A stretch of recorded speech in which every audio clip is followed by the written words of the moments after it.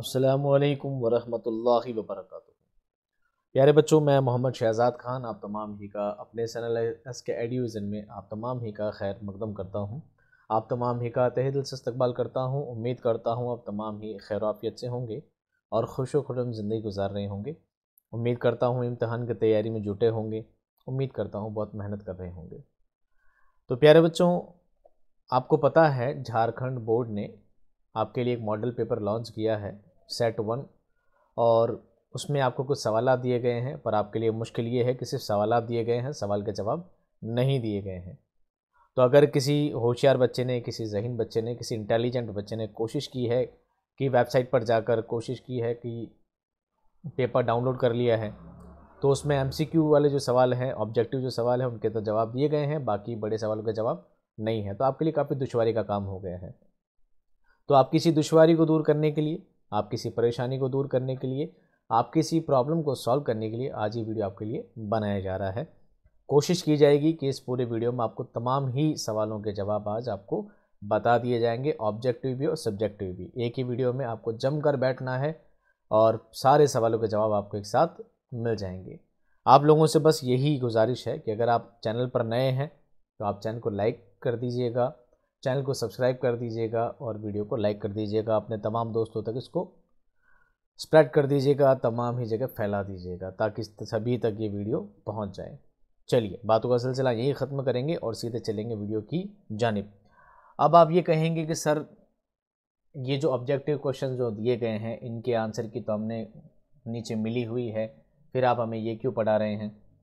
पर फिर भी आपकी याद दहानी के लिए पढ़ा दिया जाएगा। आप बेफिक्र रहें, आपके लिए जो बड़े सवाल जो उसमें दिए गए हैं, ग्रुप ए यानी सेक्शन ए से लेकर सेक्शन बी, सेक्शन सी के जो सवाल हैं उनके भी यहाँ पर जवाब आपको दिए गए हैं। तो आपको बिल्कुल परेशान होने की ज़रूरत नहीं है, ठीक है। यहाँ पर सारे सवाल आपको मिल जाएंगे। तो चलिए, पहले मैं पेपर से शुरुआत से शुरू करता हूँ ताकि मैं सभी चीज़ें आपको समझाता चलूँ और बताता चलूँ। सभी मारूजी सवालात लाजमी हैं। सवालों की कुल तादाद 30 है। हर सवाल के 4 मुतबादिल जवाब दिए गए हैं। सही जवाब का इंतखाब करें। हर सवाल के नंबर बराबर हैं। सभी सवाल का आपको एक एक नंबर मिलने वाले हैं और हर सवाल के 4 जवाब हैं। 4 में से एक का आपको सही जवाब देना है। तो यहाँ पर आपको कुछ सवाल दिए गए बच्चों। आपको सवालात के जवाब देने से पहले आपको एक पैसेज दिया गया होगा। आपको पहले पैसेज पढ़ना है, इस इक़्तिबास को पढ़ना है, उसके बाद ही आपको सवालों के जवाब देने हैं। बहुत ही आसान सवाल है और बहुत ही आसान से आपको पैसेज दिया जाएगा। तो क्या है पैसेज, देखिए। इक़्तिबास कुछ यूँ है: रोने में कोई बुराई नहीं है, नम आँखें नरम दिल होने की निशानी है और दिलों को नरम ही रहना चाहिए। बस इन आंसुओं के पीछे नाउम्मीदी और मायूसी नहीं होनी चाहिए, क्योंकि नाउम्मीदी ईमान की कमज़ोरी की अलामत होती है। अल्लाह से हमेशा भलाई और अच्छे वक्त की आस रखनी चाहिए। अल्लाह अपने बंदों को इसी चीज़ से नवाजता है जो वो अपने अल्लाह से तवक्को करते हैं, ठीक है। अब क्या है सवाल, देखिए। मंदरजा वाले इक़्तिबास को ध्यान से पढ़िए और 1 से 5 तक दिए गए सवालों के सही जवाबात का इंतखाब करें। अब सवाल क्या है, सवाल देखिए। चलो अब आते हैं सवाल पर। सवाल नंबर 1, नम आँखें किस चीज़ की निशानी होती हैं? बीमारी की, खूबसूरती की, नरम दिल होने की, अच्छाई की? अगर आपको ये सवाल नहीं आता है तो क्या करना है, आपको सीधा पैसेज की जानिब जाना है और पैसेज को देखना है। पैसेज में लिखा है सबसे पहले, नम आँखें नरम दिल होने की निशानी है। तो सही जवाब क्या होगा बच्चों? सी। क्या होगा? सी। दूसरा सवाल है, आंसुओं के पीछे क्या नहीं होनी चाहिए? नाउम्मीदी, मायूसी, ए और बी दोनों, या इनमें से कोई नहीं?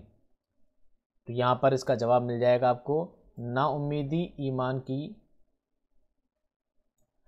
इन आंसुओं के पीछे नाउम्मीदी और मायूसी नहीं होनी चाहिए। आंसुओं के पीछे क्या नहीं होनी चाहिए? नाउम्मीदी भी नहीं होनी चाहिए और मायूसी भी नहीं होनी चाहिए। मतलब का सही जवाब क्या होगा बच्चों? सी इसका सही जवाब होगा। चलिए आगे बढ़ते हैं।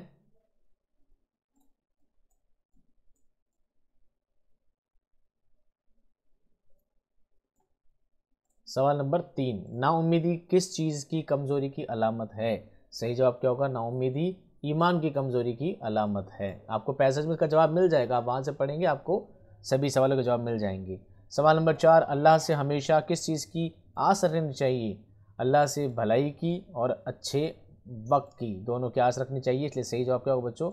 डी। सी और डी दोनों ही इसके क्या है? सही जवाब हैं। अगला सवाल देखिए, सवाल नंबर 5। अल्लाह अपने बंदों को किस चीज़ से नवाजता है? दौलत से, शोहरत से, जिस्म से, या बंदे अल्लाह से जिसकी तवक्को करते हैं? सही जवाब क्या है? डी, बंदे अल्लाह से जिस चीज़ की तवक्को करते हैं अल्लाह उसी चीज़ से उसको नवाजता है। सवाल नंबर 6। अब यहाँ पर 5 जो सवाल आपको दिए गए हैं, इन सवालों के जवाब आपको कहाँ से मिलेंगे? पैसेज में। लेकिन इसके बाद जो सवाल के जवाब देने हैं उसको पैसेज से नहीं पढ़ना है, उसको डायरेक्टली आपको जवाब देना है। सवाल नंबर 6 क्या है? जिस कलमे से किसी काम का करना या होना मालूम हो उसे क्या कहते हैं? उसे कहते हैं फ़ैल। क्या कहते हैं? फ़ैल। सही जवाब क्या होगा? बी। सवाल नंबर 7 देखिए, जिस फ़ैल का फ़ाइल यानी काम करने वाला मालूम हो उस फ़ैल को क्या कहते हैं? क्या सवाल है? जिस फ़ैल का फ़ाइल मालूम हो यानी जिस फ़ैल का काम करने वाला मालूम हो उसे क्या कहेंगे? इसका सही जवाब क्या है? फ़ैल मारूफ। और जिसका मालूम नहीं उसे क्या कहते हैं? फ़ैल मजहूल। सवाल नंबर 8 मुहावरा है, बाग बाग होना का मानी क्या है? बाग बाग होने का मतलब है बहुत खुश होना। आज तो मेरा दिल बाग बाग हो गया। क्या हो गया? गार्डन गार्डन हो गया, उसको बोलते हैं बहुत खुश होना। सवाल नंबर 9 मुहावरा है, आसमान से गिरा और खजूर में अटका का क्या मानी है? ऊंचाई पर चढ़ना फिर गिरना, एक मुसीबत से बचना दूसरी में पड़ जाना, खजूर के पेड़ से खजूर तोड़ना, या इनमें से कोई नहीं। सही जवाब क्या है बच्चों? इसका सही जवाब है एक मुसीबत से बचना और दूसरी में पड़ जाना। इसे कहता है आसमान से गिरा और खजूर में अटका। अब आपको फिर एक पैसेज दिया गया है। अब जो सवाल पूछे जाएंगे तो आपको पैसेज पढ़ के उसके क्या देने? जवाब देने। मंदरजा झेल इक़्तिबास को गौर से पढ़ें और दिए गए 11 से 15 तक के जो सवाल दिए गए उन सभी के जवाब इस पैसेज को पढ़ के देने। पैसेज क्या है देखिए, दफ़अतन यानी अचानक दरवाज़ा खुला और हमने भोले के मामू को अंदर आते देखा। उसकी गोद में भोला था, उसके सिर पर मिठाई की टोकरियाँ और हाथ में बत्ती थी। हमें तो गोया दुनिया की तमाम दौलत मिल गई। माया ने भाई को पानी पूछा, ना खैरियत। उसकी गोद से भोले को छीन कर उसे चूमने लगी। तमाम अड़ोस पड़ोस ने मुबारकबाद दी। ये आपका पैसेज 2 लाइन का सिर्फ, ठीक है। अब आते हैं सवालों पर। सवाल नंबर 10 मंदरजा वाला इक़्तिबास आपके निसाब के किस सबक से लिया गया है? भीख, नया कानून, भोला या आजमाइश? आपको पता है यहाँ पे क्या है? भोले को छीनने लगी। सही जवाब क्या है बच्चों? भोला सबक का ये इक़्तिबास है। सवाल नंबर 11 मामू के सर पर क्या चीज़ थी? जवाब मिठाई की टोकरी, कपड़े की गठरी, बत्ती या खिलौना। यहाँ पर आपको मिल जाएगा। जवाब पढ़ेंगे कि सर पर मिठाई की टोकरियाँ थी और हाथ में क्या थी? बत्ती थी। तो सर पे क्या थी? मिठाई की टोकरी। सही जवाब क्या है बच्चों? ए। अगला सवाल देखिए, सवाल नंबर 12 माया ने अपने भाई की गोद से किसे छीन लिया? मिठाई की टोकरी को, खिलौने को, भोले को या लालटेन को? सही जवाब क्या बच्चों? भोले को छीन लिया। सवाल नंबर 13 दफ़अतन दरवाज़ा खुला तो कौन अंदर दाखिल हुआ? दादाजी, मामू जी, माया या पड़ोसी? अचानक दरवाज़ा खुलने पर घर में कौन आया था? मामू जी आए थे। सवाल नंबर 14 पास पड़ोस के लोगों ने क्या दिया? तोहफा, किताब, मुबारकबाद या पानी? क्या दिया बच्चों? मुबारकबाद दी। किस बात की मुबारकबाद दी? अरे आपका भोला तो कहाँ गया? आपके घर आ गया। सभी ने मुबारकबाद दी थी। सवाल नंबर 15 मंगू कोचवान किस अफसाने का किरदार है? सही जवाब क्या बच्चों? नया कानून। नया कानून आपके सिलेबस में एक चैप्टर है जो कि सआदत हसन मंटो ने लिखा है। उस नया कानून अफसाना का जो किरदार है उसका नाम क्या है? मंगू। क्या है? मंगू। मंगू एक कोचवान होता है इसमें। सवाल नंबर 16 मौलाना अल्ताफ़ हुसैन अली कहाँ पैदा हुए? सोनीपत में, बागपत में, पानीपत में या लाहौर में? कहाँ हुए थे पैदा? पानीपत में। आप ऐसा मत लिख देना अस्पताल में हुए थे, ठीक है। कहाँ हुए थे? पानीपत में, क्योंकि ऑप्शन आपको दिए हुए, मन से नहीं लिखना कुछ भी। फिर सवाल नंबर 17 क्या लिखना है? सवाल नंबर 17 ड्रामा किस जबान का लफ्ज़ है?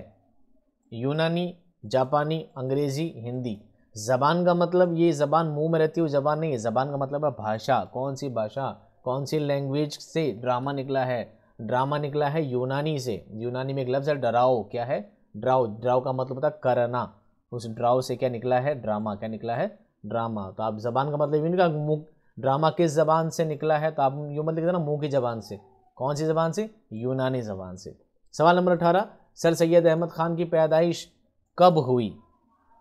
1797 में, 1800 में, 1817 में, 1830 में? सही जवाब क्या है? 1817 में सर सैयद अहमद ख़ान की पैदाइश हुई।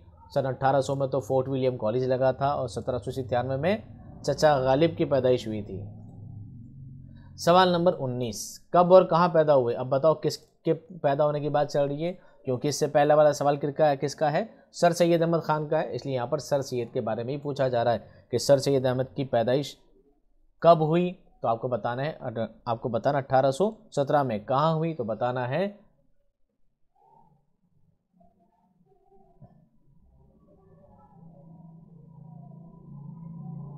फैज़ाबाद में। अब यहाँ पर जो वर्ड है ये है आपके लिए कन्फ्यूजेबल। अब आपको क्या करना है, जब आपको सवाल दिया गया है सर सैयद अहमद ख़ान की पैदाइश कब हुई, तो आपको पता है कब हुई है, 1817 में हुई है। लेकिन यहाँ पूछा गया कब और कहाँ पैदा हुए हैं, आंसर शीट में दिया गया 1882 फैज़ाबाद। अब बताइए कि इंसान 1817 में भी पैदा हो सकते हैं, 1882 में पैदा हो सकते हैं, ऐसा मुमकिन है क्या? नहीं। इसका मतलब यहाँ पर कुछ छूट गया है। यहाँ पर छूट गया बच्चों ब्रिज नारायण चकबस्त। आपके सिलेबस में है ना एक चैप्टर ब्रिज नारायण, पंडित ब्रिज नारायण चकबस्त जो हैं वो कब पैदा हुए थे? 1882 में फैज़ाबाद में पैदा हुए थे। तो ये सवाल इससे मैचेबल नहीं है, आप कंफ्यूज मत होइएगा। चलिए आगे देखिए। मंदरजा झील अशार को गौर से पढ़ें और 26 से 30 नंबर तक सवालों के सही जवाब का इंतखाब करें। पहले आपको पैसेज दिए गए थे, एक सीन पैसेज, एक अनसीन पैसेज, एक अपठित गद्यांश और एक पठित गद्यांश। अब आपको दिया गया है 2 शेर। क्या है लिखा है? गुज़र मेरा तेरे कूची से यूं है ए जालिम कि जैसे रेत से पानी का धार गुजरे है। मुझे तो देख के जोशो खरोश सौदा का इसी ही फिक्र में लैलो नहार गुजरे है। अब ये शेर है, अब इसके जवाब आपको शेर को पढ़ के ही देने हैं। सवाल नंबर 20 क्या है? मंदरजा बाला शेर किन की गज़ल से लिया गया है? मिर्ज़ा मोहम्मद रफ़ी सौदा, फिराक गोरखपुरी, मिर्ज़ा गालिब या मीर तकी मीर? अगर आप शेर को ढंग से पढ़ेंगे तो जवाब मिल जाएगा मुझे तो देख जोशो खरोश सौदा का। क्या लिखा है? सौदा। ये जवाब में क्या लिखा है? सौदा। तो सही जवाब क्या होगा? ए, मिर्ज़ा मोहम्मद रफ़ी सौदा की ये गज़ल का शेर है। सवाल नंबर 21, शहर महबूब के कूचे से इस तरह खामोशी से क्यों गुजर जाता है जिस तरह पानी रेत से गुजर जाता है? क्यों गुजर जाता है? ताकि महबूब की रुसवाई ना हो। सही जवाब क्या है? महबूब की रुसवाई ना हो इसलिए। सवाल नंबर 22, कूचा का क्या मानी है? शहर, गली, गांव या कस्बा? सही जवाब क्या होगा बच्चों? गली। क्या है? गली होता ना, स्ट्रीट। कूचा फारसी का लफ्ज़ है, पर्शियन लैंग्वेज का लफ्ज़ है। कूचा का मतलब होता है गली। कूचा कूचा, गली गली। ठीक है, ऐसे ही आपको याद रखना है। सवाल नंबर 23, लैलो नहार के क्या मानी है? ऊपर नीचे, रात और दिन, हक और बातिल, बड़ा छोटा। लैलो नहार का मानी है बच्चों रात और दिन। क्या है? रात और दिन। एग्जाम में आ जाए अगर आपको याद रखना है तो लैलो नहार से आपको क्या रखना है? लैलो में सिर्फ लैल याद रखना है। क्या रखना है? लैल। आपने देखा होगा कि रात होती है लैलतुल कद्र, है ना? तो लैल क्या होती है? लैल मतलब रात होती है। फिर भी याद नहीं रहे तो आपको याद रखना है, तो लैला मजनू कौन थे? लैला मजनू। लैला बड़ी काली थी। कितनी काली थी? रात के जितनी काली थी। कितनी काली थी? रात के जितनी काली थी। इसका मतलब लैल का मतलब है लैला और लैला यानी रात। ठीक है, लैला यानी रात की तरह काली। सवाल नंबर 24, गज़ल के जिस शेर में शायर अपना तखल्लुस इस्तेमाल करता है उस शेर को क्या कहते हैं? मतला, हुस्न मतला, मक्ता या हुस्न मक्ता? गज़ल का जो पहला शेर होता है बच्चों वो कहलाता है मतला, जहाँ से गज़ल शुरू होती है। फिर मतला के बाद वापस मतला आ जाता है तो उससे क्या कहते हैं? हुस्न मतला। जिस गज़ल के जिस शेर में शायर अपना तखल्लुस इस्तेमाल करता है, जहाँ पर पूरी गज़ल ख़त्म हो जाती है, लास्ट में शायर अपना नाम इस्तेमाल करता है, उसको क्या बोलते हैं? मक्ता। क्या बोलते हैं बच्चों? मक्ता। इसका क्या है? सही जवाब है। अगला सवाल देखिए, सवाल नंबर 25, हयात और क़ज़ा की क्या मानी है? ज़िंदगी और मौत, खुशी और गम, आराम और तकलीफ़, अच्छाई और बुराई। ये आराम नहीं होता, आराम होता है। यहाँ पर इन्होंने टाइपिंग मिस्टेक कर दी। आराम और तकलीफ़, अच्छाई और बुराई। सही जवाब क्या होगा बच्चों? ज़िंदगी और मौत।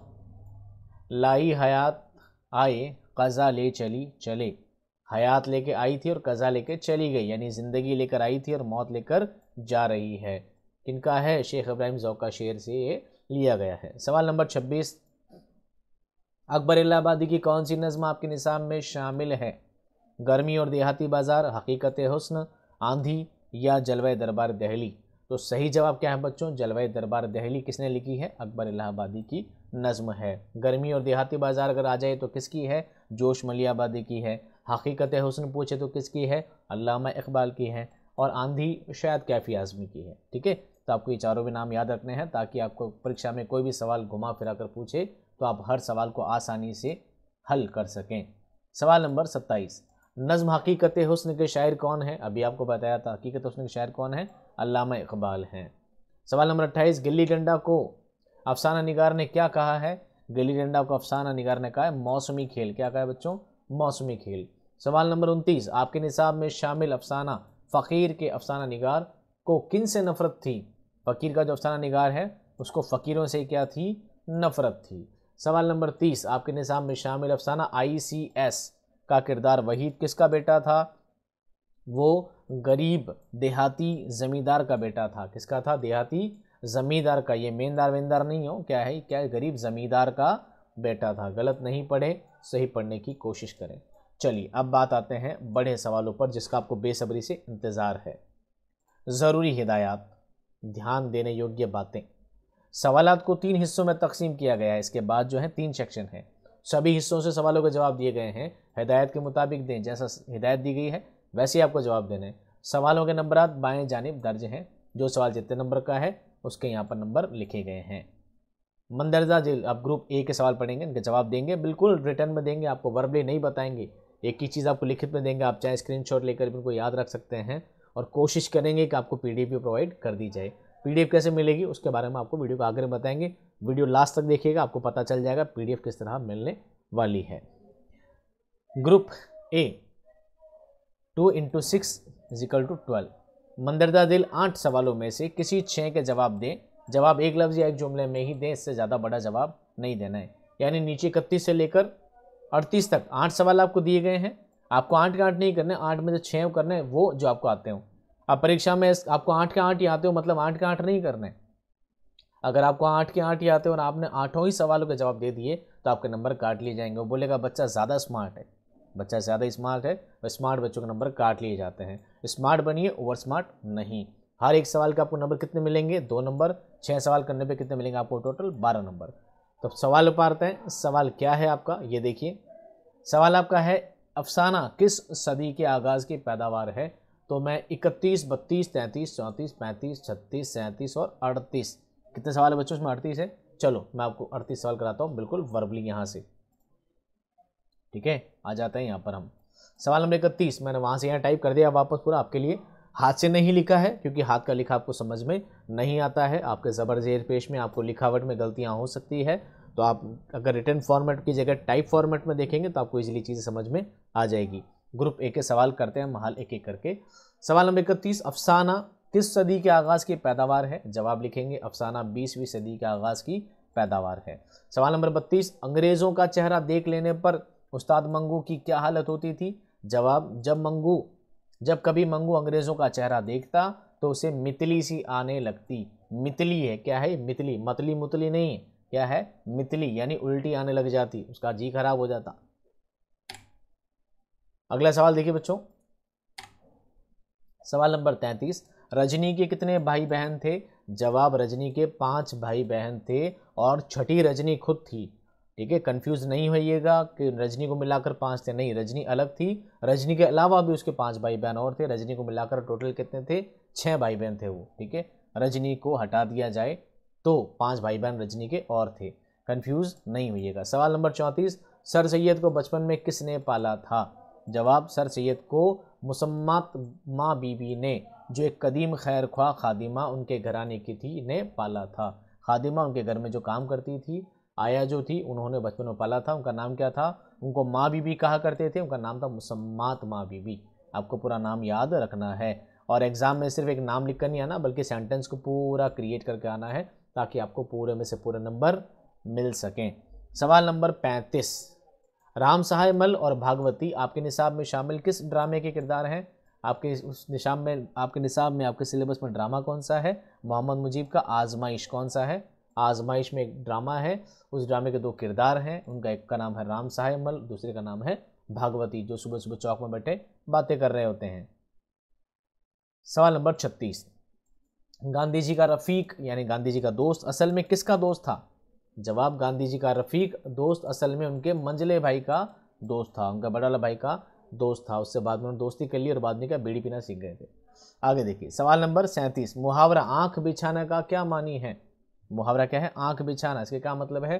खातिर तवाज़ो करना, कतरदानी और मोहब्बत से पेश आना। कोई मेहमान आता है तो हम कतरदानी से उसके साथ पेश आते हैं, मोहब्बत से पेश आते हैं, उसे क्या कहते हैं? आंख बिछाना। क्या कहते हैं? आंख बिछाना। सवाल नंबर 38, लफ्ज़ हंसना की जिद उल्टा क्या है? जिद की जगह अगर आपको एग्जाम में मुतजाद लिखा है तो भी समझ जाइएगा, इसका मतलब उल्टा होता है। तो हंसना की उल्टा क्या होता है? रोना। हंसना का उल्टा क्या होता है? रोना। अगर जागना लिखा जाए तो क्या लिखोगे? सोना। क्या लिखोगे? सोना। तो अब क्या है? Group B. अब क्या गया? Group B. अब वापस चलते हैं पेपर की तरफ। चलिए, अब ग्रुप बी का मतलब क्या है? 3-3 नंबर के आपको 6 सवाल हल करने हैं और हर सवाल को हल करने के बाद 3 नंबर मिलाकर आपका टोटल कितने नंबर मिलेगा आपको? 18 नंबर आपको मिलने वाले हैं। चलिए इसको पढ़ लेते एक बार, क्या कहना चाह रहे हैं जनाब। मंदरजा झेल 8 सवालों में से किसी 6 सवालों की का जवाब लगभग 50 लफ्ज़ों में दें, यानी 2 से 3-4 लाइन में इसका जवाब देना है। ठीक है, कितने सवाल हैं? 39, 40, 41, 42, 43, 44, 45, 46 तक आपको सभी के जवाब देने हैं। हर जवाब का आपको कितने नंबर मिलेंगे बच्चों? 3-3 नंबर मिलेंगे।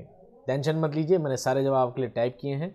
एक एक करके वापस सवालों पढ़ते हैं। सवाल वही हैं, मैंने मन से नहीं लिखे हैं। सवाल यहाँ से पढ़ लीजिए। इस्लाम के मुताबिक औरत को अपने माल और जायदाद पर किस तरह हक हासिल है और उसे विरासत में किस तरह विरसा मिल सकता है? तो आइए इसका जवाब देखते हैं। ये सवाल मैंने लिख दिया, सवाल 39। इस्लाम में औरत को मर्दों के बिल्कुल मुसावी हकूक़ दिए गए हैं। औरत अपनी जायदाद की खुद मालिक है और उसे रखने या फ़रोख्त करने का हक रखती है। शादी से कब्ल और बाद में जायदाद की मिल्कियत का हक रखती है, जो उसकी विरासत में हो या उसके शौहर की जानिब से उसके हिस्से में आए। उस पर दावा हो सकता है और वो दावा करने का अख्तियार भी रखती है। वो जायदाद को ख़रीदने, बेचने, हिबा, वसीयत वगैरह करने का हक रखती है। उसको रिश्तेदारों और शौहर की जायदाद में विरासत पाने का हक हासिल है। ये इसका क्या है? जवाब है। अगर आप पूरा नहीं लिख सके, इसका आधा लिख देंगे तो भी नंबर मिल जाएंगे। सवाल नंबर 40, गज़ल में आमतौर पर कितने अशार होते हैं और गज़ल का पहला शेर क्या कहलाता है? अगर आप पेपर पढ़ेंगे तो ढंग से पेपर में इन सवालों के जवाब आपको मिल जाएंगे। जवाब क्या है? गज़ल के कम अज़ कम अशार की तादाद 5 होती है। कम से कम कितने? 5 अशार होते हैं। इससे ज़्यादा अशार लिखने की कोई कैद नहीं है, लेकिन 11 अशार मौजू जाने जाते हैं, यानी उचित मुनासिब समझे जाते हैं। गज़ल का पहला शेर मतला कहलाता है। गज़ल का पहला शेर क्या कहलाता है? मतला कहलाता है। गज़ल का आखिरी शेर क्या कहलाता है? मख्ता कहलाता है। सवाल नंबर 41, दुनिया मेरी बला जाने महंगी है या सस्ती है? मौत मिले तो मुफ्त ना लूँ, हस्ती की क्या हस्ती है? मंदरदा वाला शेर की तशरीह करें। तशरीह वाला सवाल तो पक्का आपके एक आने वाला है। ठीक है, आपको सभी की तशरीह याद रखनी है, आपको सारी नज़में ढंग से पढ़नी है, समझनी है। सारी नज़मों के, सारी गज़लियात के वीडियो बनाए जा चुके हैं। आप प्लेलिस्ट में जाकर सारी नज़म गज़ल पढ़ सकते हैं।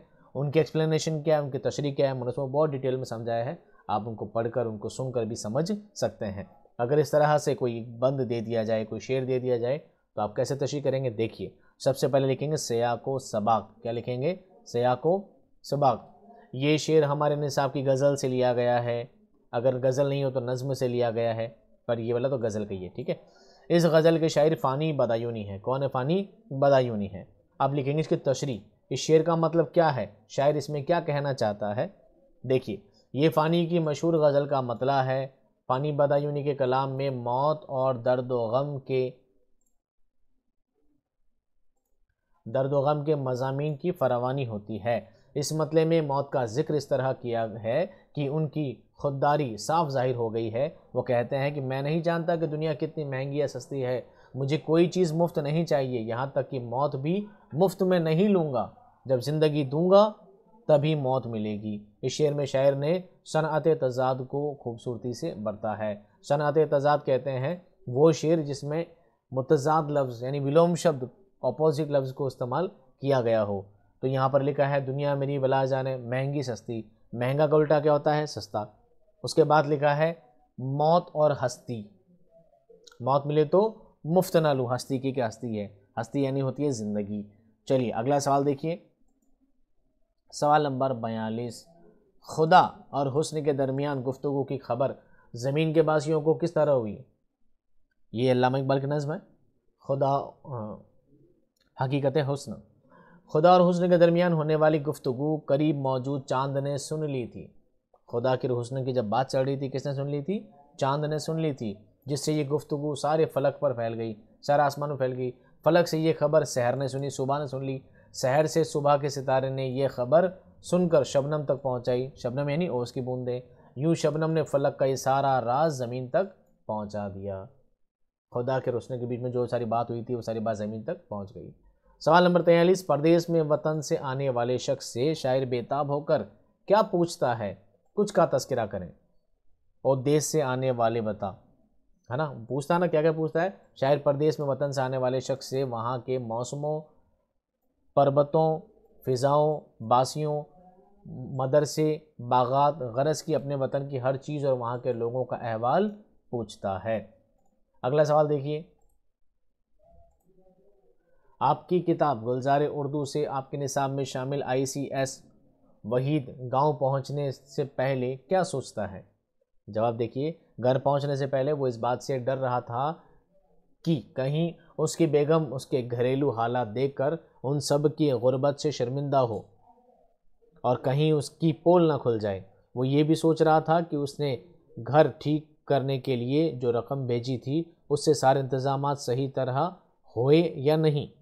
उसे ये फिक्र भी दामनगीर थी कि उसकी बेगम को उसके घरवाले और घरवालों को उसकी बेगम पसंद आएंगी या नहीं। अगला सवाल देखिए, सवाल नंबर 45, मंदरजा झेल कहावतों में से किन्हीं 3 के मानी बताएं। कौन कौन सी कहावत है? एक तो कहावत है उल्टा चोर कोतवाल को डांटे, दूसरी है आम के आम गुठलियों के दाम, तीसरी है एक अनार 100 बीमार, और चौथी है एक मछली सारे तालाब को गंदा कर देती है, और पांचवी है बंदर क्या जाने अदरक का स्वाद, है ना। तो आपको क्या करनी है, पांचों के पांचों का जवाब नहीं देना, कोई भी 3 का जवाब देना है। पर मैं आपको पांचों लिखकर बता देता हूँ ताकि आपको एग्जाम में आसानी हो, कोई भी इसमें से आ सकती है। आम के आम गुठलियों के दाम, इसका मतलब होता है एक चीज़ से 2 फायदा होना, एक चीज़ से 2 फायदा होना। दूसरी कहावत है उल्टा चोर कोतवाल को डांटे, इसका मतलब होता है अपने करतूत पर शर्माने के बजाय टोकने वाले को ही आंखें दिखाना। अगली कहावत है एक अनार 100 बीमार, यानी चीज़ कम और ज़रूरतमंद ज़्यादा, कम चीज़ के ज़्यादा ज़रूरतमंद हो उसे कहते हैं एक अनार 100 बीमार, या किसी चीज़ का कम होना और चाहने वालों का ज़्यादा होना। अगली कहावत है एक मछली सारे तालाब को गंदा कर देती है, इसका मतलब क्या है, एक नालायक आदमी सारे खानदान को बदनाम करता है, या एक बुरा आदमी सारे समाज को बुरा बना देता है। बंदर क्या जाने दर का स्वाद, यानी मामूली आदमी आला दर्जे की चीज़ों की हैसियत नहीं जानता। एक लोकल आदमी, मामूली आदमी, उसको बड़ी चीज़ों का कुछ भी पता नहीं होता। सवाल नंबर 46, बीमारी की छुट्टी के लिए अपने प्रिंसिपल साहब के नाम एक दरख्वास्त लिखिए, एप्लीकेशन लिखिए, प्रार्थना पत्र लिखिए। कैसे लिखेंगे? जनाब, जैसे मैंने लिखा है साइड, आपको भी ऐसे ही लिखना है एग्जाम में। जनाब बखिदमत जनाब प्रिंसिपल साहब, Muslim secondary school station road Delhi. आपको ज़रूरी नहीं है यहाँ पर दिल्ली लिखना है, ज़रूरी नहीं है स्टेशन रोड लिखना है, आप किसी इसकी जगह अली बेजीम भी लिख सकते हैं तो भी चलेगा। जनाब अली, बहुत अदब से गुजारिश है कि मैं इन दिनों बहुत बीमार हूँ, इस हालत में नहीं हूँ कि स्कूल में हाजिर हो सकूं। डॉक्टर साहब के बताए हुए परहेज़ और आराम की सलाह की वजह से मेरा घर से बाहर निकलना नुकसानदा है। इस मजबूरी की वजह से मैं 3 दिन की छुट्टी चाहता हूं। मुझे उम्मीद है कि आप मेरी दरख्वास्त कबूल फरमाएं, आपकी बड़ी मेहरबानी होगी, शुक्रिया। मौर्रिखा यानी तारीख लगानी है 10/1/2024, जो भी तारीख उस दिन हो, पेपर वाली तारीख। आपका फरमाबरदार तालिब इल्म जाहिद अहमद, दर्जा दहम, दहम यानी क्लास 10th। अब है बच्चों ग्रुप सी। क्या है? Group C. तो अब आया है बच्चों ग्रुप सी। ग्रुप सी की खासियत क्या है? ग्रुप सी में आपको मिलेंगे 4 सवाल। कितने मिलेंगे? 4 सवाल। 4 सवाल, हर एक सवाल के मिलेंगे 5 नंबर। 4 सवाल करने पर आपको मिलेंगे टोटल 20 नंबर। पढ़िए क्या है। मंदरजा झेल 6 सवालों में से किसी 4 का जवाब लगभग 10 जुमलों में दें। कम से कम 1 पेज पूरा भरना है इसका। आपको 47, 48, 49, 50, 51 और 52 6 सवाल दिए गए हैं। 6 के 6 नहीं करने हैं, सिर्फ 4 ही करने हैं, पर मैं आपको 6 के 6 सवाल पूरे ही कराऊंगा ताकि आपको कोई किसी प्रकार की दिक्कत नहीं आए। ठीक है, अब आते हैं एक एक करके सवालों पर। पहला सवाल क्या देखिए, 47वां सवाल। फ़ैल की कितनी किस्में हैं, कौन कौन सी हैं, उनमें से किन्हीं 3 की तारीफ लिखिए। जवाब क्या लिखेंगे। फ़ैल की मुख्तलिफ़ किस्में होती हैं जो अमल या हालत को ज़ाहिर करती है। यहाँ 3 अहम किस्में बताई जा रही है। कौन कौन सी। फ़ैल माजी, फ़ैल हाल और फ़ैल मुस्तकबिल। नीचे है, ठीक, अगले पेज पर बताते हैं। फ़ैल माजी, ये फ़ैल वो फ़ैल होता है जो किसी माजी के वाक़े, हालत या अमल को ज़ाहिर करता है। मिसाल के तौर पर खाया, चला, पढ़ा, गया वगैरह वगैरह। मैं खाना खाता हूँ, मैं घर जाता हूँ, ये सब किस बात। मैं खाना खाया था, मैं चला था, मैंने पढ़ा था, मैंने गाना गाया था, ये सब था वाले हैं, ये कहलाएंगे फ़ैल माजी। फ़ैल हाल, ये फ़ैल वो फ़ैल होता है जो अमल या हालत को फ़ौरन या हाल में ज़ाहिर करता है। ये फ़ैल असल तौर पर वक़ूत को बयान करता है, जैसे खाता, चलता, पढ़ता, गाता। मैं गाता हूँ, मैं चलता हूँ, मैं खाता हूँ, ये सब काम हाथों हाथ वाले हाल के होते हैं। फ़ैल मुस्तकबिल यानी फ्यूचर का, ये फ़ैल वो फ़ैल है जो किसी आने वाले वक्त या मुस्तकबिल के वाक़े हालत को ज़ाहिर करता है। मिसाल के तौर पर खाऊंगा, चलूँगा, पढ़ूँगा, गाऊँगा और ना जाने क्या क्या करूँगा। ठीक है, ये 3 फ़ैल की अहम किस्में हैं जो ज़बान के तमाम फ़ैलों को तश्कील देती है। फ़ैल माजी, माजी के वाक़यात को ज़ाहिर करता है। फ़ैल हाल, फ़ैल को फ़ौरन ज़ाहिर करता है, जबकि फ़ैल मुस्तकबिल आने वाले वाक़यात को ज़ाहिर करता है। समझ में आ गई। चलिए सवाल नंबर 48। अब जो बच्चों जो भी सवाल दिए गए हैं, सवाल बहुत लेंथी हैं, बड़े बड़े सवाल हैं, एक एक पेज कम से कम पूरा भरना है, तो उनके जवाब भी बहुत ज़्यादा लेंथी, बहुत तफसीली जवाब होंगे। आपको ढंग से सुनने हैं, समझने हैं, और इतना बड़ा नहीं लिख सको, उसका आधा भी लिख सको, ज़्यादा से ज़्यादा आपको बताया जाएगा, ताकि आप थोड़ा थोड़ा भी लिखेंगे तो आपका काम इजीली हो जाएगा। सवाल नंबर 48। सर सैयद अहमद ख़ान के बारे में आप क्या जानते हैं, अपने अल्फाज में लिखें। क्या लिखेंगे, जवाब देखो। सैयद अहमद ख़ान दिल्ली के एक मुअज़्ज़िज़ घराने में पैदा हुए। सैयद अहमद ने अपने ज़माने के अहले कमाल से फैज़ हासिल किया।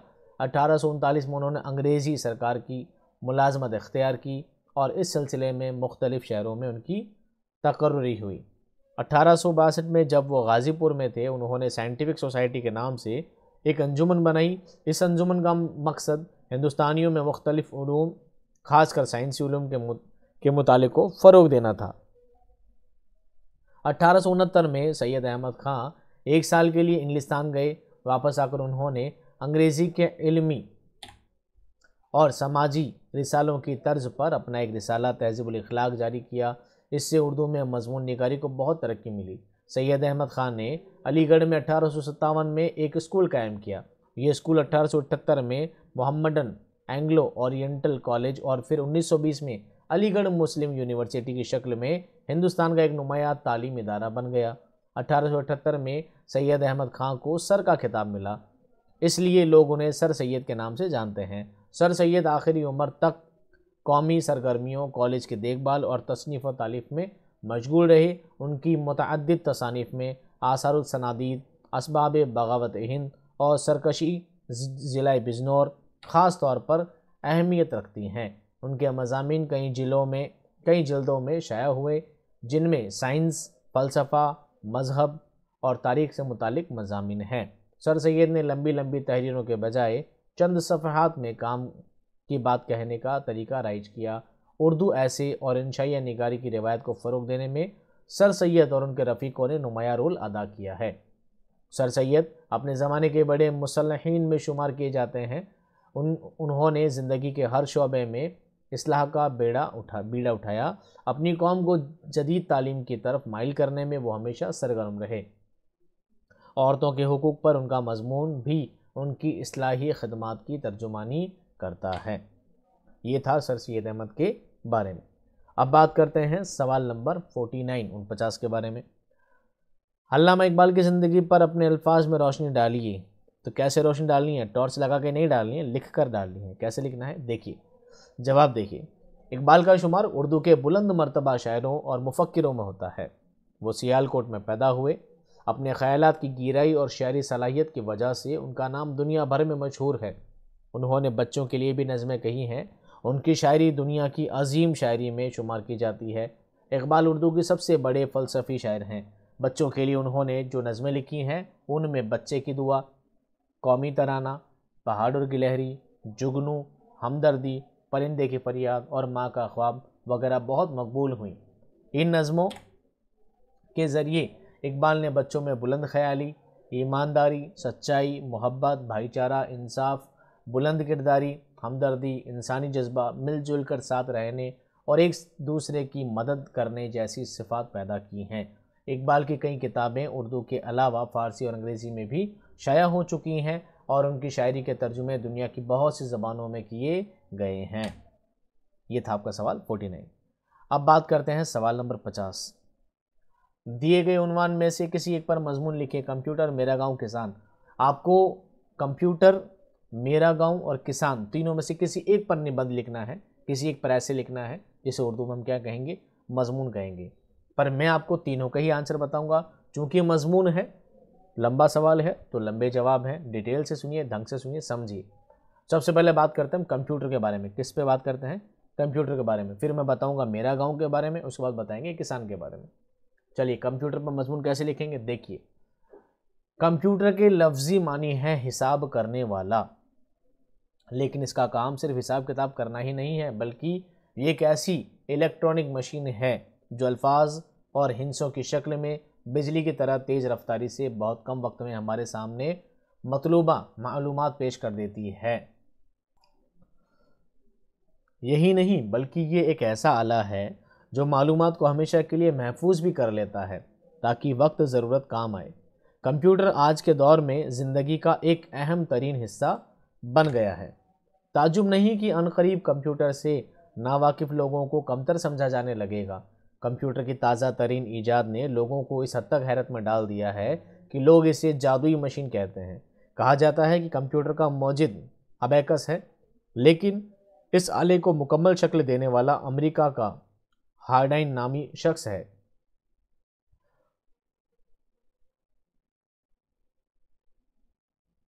ये कुछ इंग्लिश वर्ड है। आज कंप्यूटर से हवाई अड्डों, आज लिखा है, आज कंप्यूटर से हवाई अड्डों, रेलवे स्टेशनों, सनअती इदारों, सनअती औद्योगिक, ठीक है, जंगली मुहम्मों और हर बड़े दफातर में काम लिया जा रहा है। लोगों का ख्याल है कि कंप्यूटर एक इंतहाई पेचीदा मशीन है। हालांकि ऐसी बात नहीं है। कंप्यूटर बेजान, बेहरकत और सादा सी मशीन है। प्राइमरी स्कूल का तालिब इल्म भी इसे इस्तेमाल कर सकता है। कंप्यूटर एक ऐसा ज़हन है जिसका हाफिज़ा बहुत मजबूत होता है। दरमियाना साइज़ का कंप्यूटर एक सेकंड में 10 लाख अहकामात पर अमल करता है, जबकि एक जहन और तंदुरुस्त आदमी को इन कामों के करने में 1 साल से ज़्यादा वक्त लगता है। कंप्यूटर 3 तरह के होते हैं: मेन फ्रेम, मिनी कंप्यूटर और माइक्रो कंप्यूटर।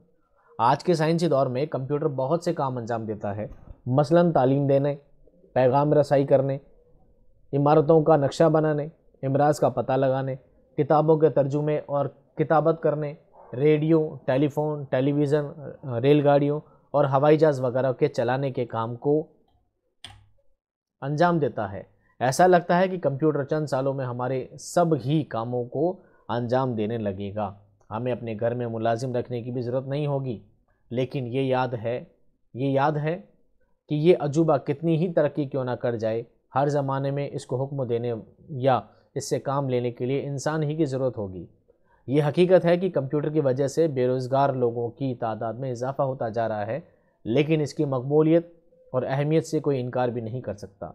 कंप्यूटर को तरह तरह के कामों के लिए इस्तेमाल किया जाता है। कोई इसे तहकीकी कामों के लिए इस्तेमाल करता है तो कोई कारोबार के लिए, कोई इसे हिसाब किताब के लिए इस्तेमाल करता है तो कोई डिज़ाइनिंग के लिए, कोई इससे जीटीपी का काम करता है तो कोई इस पर टाइप प्रिंटर नेट के ज़रिए इंटरनेट के ज़रिए दुनिया भर में भी जानकारी हासिल करता है। मौजूदा दौर में तो इसे टीवी और वीडियो गेम्स की तरह भी इस्तेमाल किया इस्तेमाल में लाया जा रहा है। एक छोटी सी इलेक्ट्रॉनिक मशीन में बेइंतहा खसूसियात छुपी हुई है। बस इंसान में कितनी सलाहियत है और वो इससे क्या काम निकाल सकता है, ये उस पर मुनहसर करता है, यानी आधारित है। इतनी ज़्यादा काम करने की सलाहियत वाली ये मशीन एक जादू के पिटारे की मानिंद है, जिसको हर तरह के कामों के लिए इस्तेमाल में लाया जा सकता है। मौजूदा तेज़ रफ्तार दौर में हर मसले या मुश्किल काफूरी तौर पर हल करना बहुत ज़रूरी होता है। बाज़ कामों में बहुत से मुश्किल हिसाबात करने होते हैं। बाज़ लोगों को मालूमात का ज़ख़ीरा मुस्तक़बिल में इस्तेमाल करने के लिए महफूज करना होता है। कंप्यूटर निहायत तेज़ रफ्तार से काम करता है। इसका दिमाग यानी CPU एक सेकंड में 10 मिलियन यानी 1 करोड़ हरूफ एक हिस्से से दूसरे हिस्से में मुंतकिल कर सकता है। एक सेकंड में रियाजी के 3 मिलियन यानी 30 लाख सवालात हल कर सकता है। वो बड़ी मकदार में मालूमात और तफसीलात मुस्तक़बिल में इस्तेमाल के लिए अपनी याददाश्त में महफूज भी रख सकता है। तेज़ रफ्तारी कंप्यूटर की सबसे बड़ी खूबी है। हर मसले का हल फौरी और गलतियों से पाक होना ज़रूरी होता है। कंप्यूटर क्योंकि मशीन है, इसलिए वो वही काम अंजाम देता है जिसकी से हिदायत दी गई हो।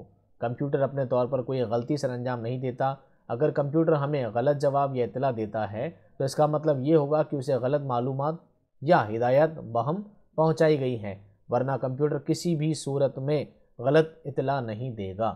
कंप्यूटर को एक फहरिस्त के तहत हिदायत दी जा सकती है। अगर हिदायत एक मरतबा मुरतब करके कंप्यूटर में फीड कर दी जाए तो वह खुद ब खुद आपकी हिदायत पर बगैर किसी मदद के अमल कर सकता है। मिसाल के तौर पर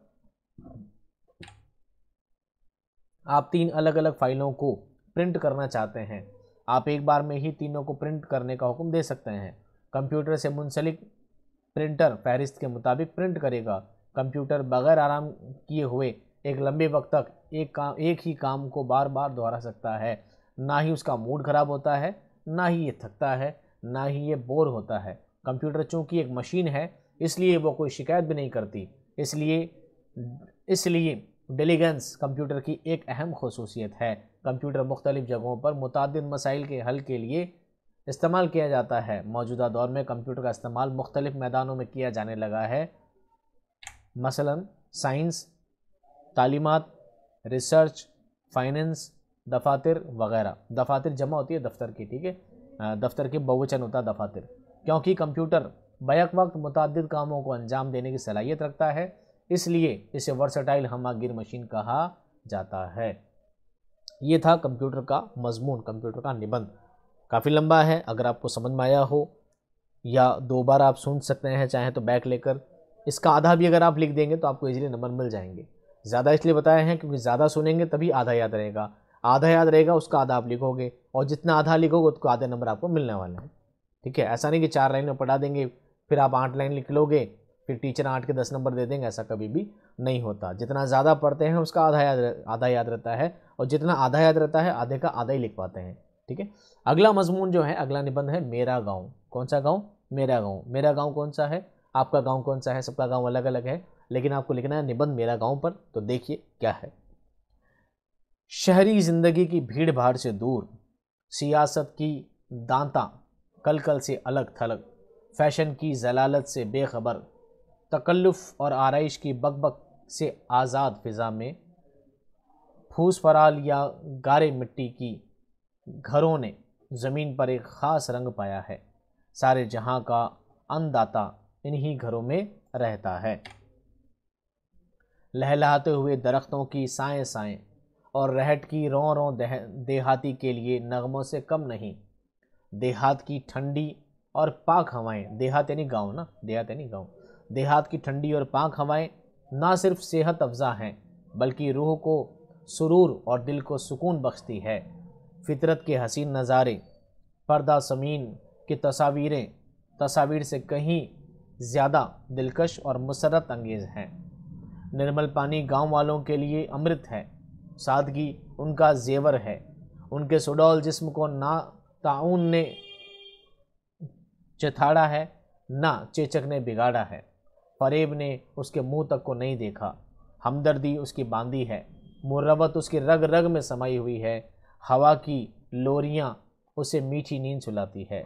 उसमें ज़र्रा बराबर भी शक नहीं कि देहात वालों की ज़िंदगी सर से पांव तक सादगी और इखलास का नमूना है।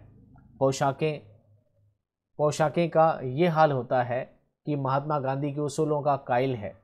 4 उंगली की लंगोटी अगर काफ़ी नहीं तो मोटे कपड़े का तहबंद ओढ़ लिया। गर्मियाँ सर्दियाँ एक ही कुर्ते या फतोही में गुजर जाती हैं। जेब ने इजाज़त दी तो सर पर पगड़ जमा लिया। हया और शर्म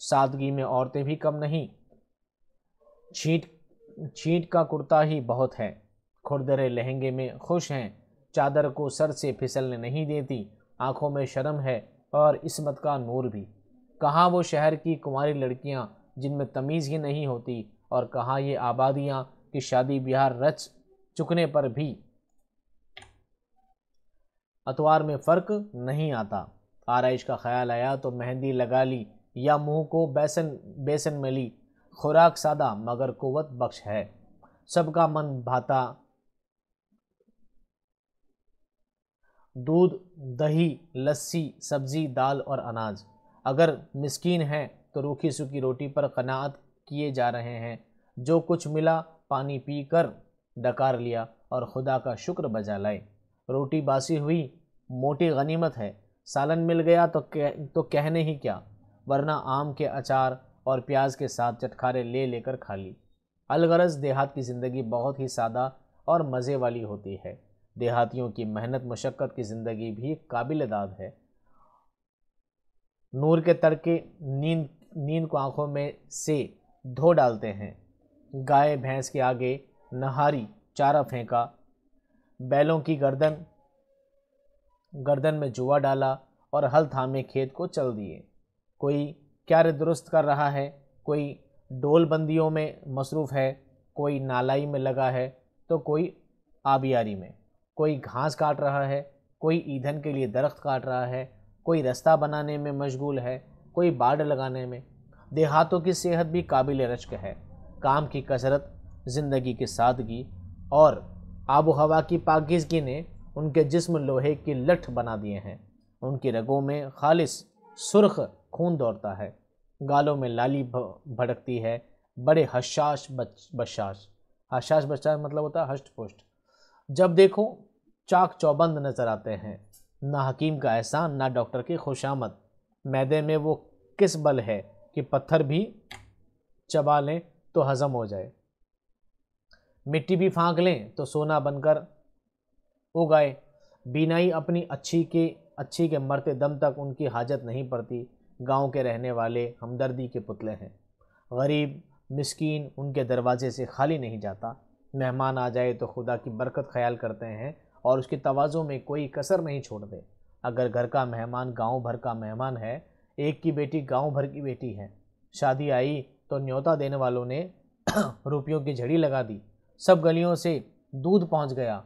चारपाइयाँ आ गई, बिस्तरों के ढेर लग गए, ईंधन के अंबार चढ़ गए। देहात में तफरीह के सामान भी सादा होते हैं। अब जदीद दौर की हवा देहात में भी पहुंच रही है।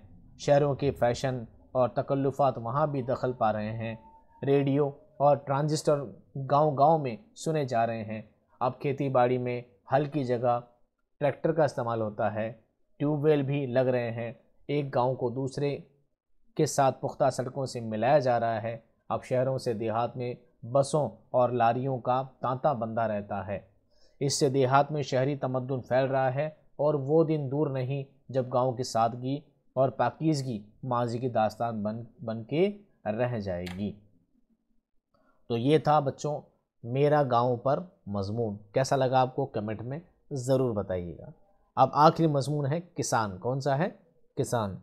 किसान कहाँ होते हैं? किसान तो हर देश में होते हैं, हर जगह होते हैं, पर मैंने कोशिश किया भारतीय किसान पर लिखने की। भारतीय किसान, हिंदुस्तान के किसान कैसे हैं, आइए उन पर बात करते हैं। भारतीय किसानों की मेहनत और तिजारत का राज उनके कुदरती अक्ल और जज्बाती समझ में है। वो मुख्तलिफ ज़मीनों पर काश्त करते हैं। काश्त करते मतलब खेती करते हैं। पालतू जानवरों की देखभाल करते हैं और फ़रोख्ती तिजारती मालियतों में मसरूफ़ होते हैं। भारतीय किसान ज़रई मैदानों में दिन रात की मेहनत करते हैं ताकि मुख्तलिफ़ फसलों का काश्त करके ग़िज़ाई और गैर ग़िज़ाई पैदावार फराहम किया जा सके। वो ज़मीन को जोतने से लेकर बीज बोने और फिर उसकी देखभाल करते हैं। ज़मीन की खुसूसियात, मौसमी तब्दीलियों और मुख्तलिफ़ कश्ती तरीक़ों को जानते हुए वो इंतहाई सब्र और मेहनत से काम करते हैं। कुछ किसान दूध और गोश्त वगैरह की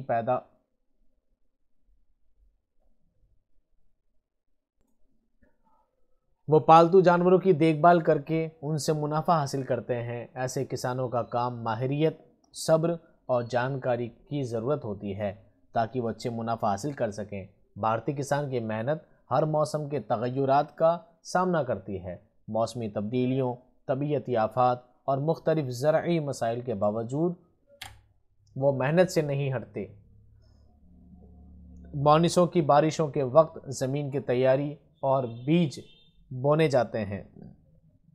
सर्दियों में सख्त मेहनत और हिफाजत के तरीके इख्तियार किए जाते हैं ताकि महसूलात को सुरमा से महफूज रखा जा सके।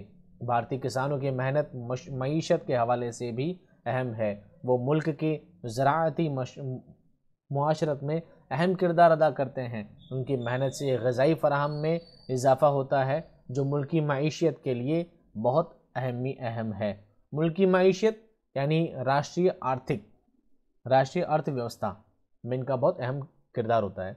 कुछ किसान फ़रोख्ती तिजारती फ़आलियतों में मसरूफ़ होते हैं, जैसे कि फ़सलों के फ़रोख्त और मुनाफा का हिसाब लेना। उनकी मेहनत से मुल्क के मुख्तलिफ़ इलाक़ों में फ़सलों की फ़रोख्त होती है और उनको मईशती फ़वाइद हासिल होते हैं। भारतीय किसान की मेहनत और जद्दोजहद को सराहना हमारा फ़र्ज़ है। उनके बेलौस कामों और कुर्बानियों को कदर करना चाहिए। वो मेहनत और अज़्म के साथ मुल्क को ज़राअती और ग़िज़ाई मवाद में मुस्तक़बिल फराहम करते हैं। अब लास्ट आपके बचे हैं बच्चों 51 और 52, 2 सवाल बचे हैं, तो आइए इनको भी पढ़ लेते हैं लास्ट में। उम्मीद करते हैं 1 घंटे में आपका वीडियो कंप्लीट हो जाएगा। सवाल नंबर 51, उर्दू ज़बान के आगाज़ और इर्तिक़ा पर मुख्तसर रोशनी डालिए। ये जो वीडियो है बच्चों, उर्दू ज़बान का आगाज़ और इर्तिक़ा, ये बहुत लेंथी वीडियो है। इस पर मैं अब तक लगभग 3 से 4 वीडियो अलग अलग तरह से बना चुका हूँ। आप यूट्यूब पर सर्च कीजिएगा उर्दू ज़बान का आगाज़ और इर्तिक़ा, तो उस पर आपको डिटेल वीडियो मिल जाएंगे कि 1.5-2 घंटे के। पर यहाँ पर मैंने सारी चीज़ों को शॉर्ट करके लिखा है ताकि आप इन चीज़ों को समझ सकें। जवाब क्या लिखेंगे? उर्दू ज़बान का आगाज़ और इर्तिक़ा। आगाज़ का मतलब होता है प्रारंभ, इर्तिक़ा का मतलब होता है विकास। उर्दू ज़बान, उर्दू भाषा का कैसे प्रारंभ हुई और इसका विकास कैसे हुआ, आइए बारी बारी देखते हैं। जवाब क्या लिखेंगे? उर्दू ज़बान एक मखलूत यानी मिली जुली ज़बान है, यानी इसकी बनावट में कई बोलियों और ज़बानों ने हिस्सा लिया है। जब मुसलमान हिंदुस्तान में आए उस वक्त यहाँ पर प्राकृत ज़बानें मकामी लोगों की ज़बान के तौर पर बोली जाती थी। चूँकि संस्कृत आला तबके तक सिमट कर रह गई थी, इन प्राकृतों ने ही आगे चलकर मुख्तलिफ़ ज़बानों की शक्लें इख्तियार की। उर्दू भी उन्हीं में से है। दुनिया की ज़बानों का सबसे बड़ा ख़ानदान हिंद यूरोपी ख़ानदान है। इस हिंद यूरोपी ख़ानदान की एक मशरिक़ी शाख हिंद आर्यई है, हिंद आर्यई कहलाई। उर्दू भी एक हिंद आर्यई ज़बान है। मगरबी हिंद से खड़ी बोली वजूद में आई। उर्दू और हिंदी बहनें कहलाती हैं। उर्दू भाषा हिंदी भाषा आपस में क्या कहलाती है? बहनें कहलाती है। भाई क्यों नहीं कहलाते? क्योंकि ज़बानें बोली जाती हैं, बोला नहीं जाता।